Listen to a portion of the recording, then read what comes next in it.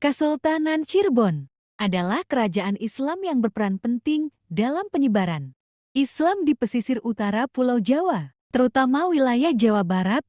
Berikut adalah ringkasan sejarah Kesultanan Cirebon, asal-usul dan berdirinya Kesultanan Cirebon. Pendiri Kesultanan Cirebon didirikan oleh Sunan Gunung Jati. Nama aslinya Syarif Hidayatullah, seorang wali yang juga termasuk dalam wali songo penyebar Islam di tanah Jawa. Tahun berdiri diperkirakan sekitar tahun 1479 M. Latar belakang awalnya Cirebon merupakan bagian dari kerajaan Sunda Pajajaran. Karena pengaruh Islam yang semakin kuat dan peran penting pelabuhan Cirebon dalam perdagangan, maka wilayah ini memisahkan diri dan menjadi kerajaan Islam independen. Perkembangan dan kejayaan Cirebon berkembang menjadi pusat perdagangan yang penting karena letaknya strategis di pesisir utara Jawa. Kesultanan ini juga menjadi pusat penyebaran agama Islam di Jawa Barat dan wilayah sekitarnya. Sunan Gunung Jati memperkuat hubungan dengan kerajaan Islam lainnya seperti Demak dan bahkan menjalin hubungan diplomatik hingga ke Kesultanan Turki Utsmani.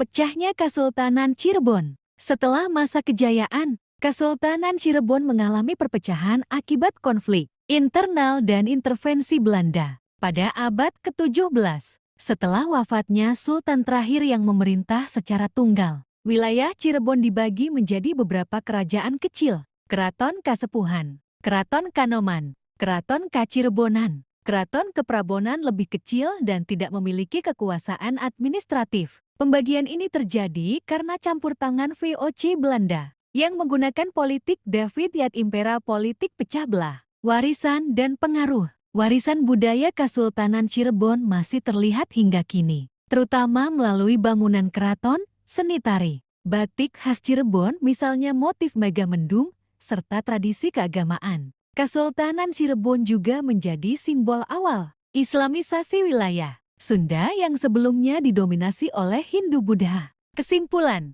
Kesultanan Cirebon adalah kerajaan Islam yang berperan penting dalam sejarah Nusantara, terutama di bidang dakwah, budaya, dan perdagangan. Meski secara politik tidak lagi berdaulat, peninggalannya masih sangat berharga dalam budaya dan sejarah Indonesia.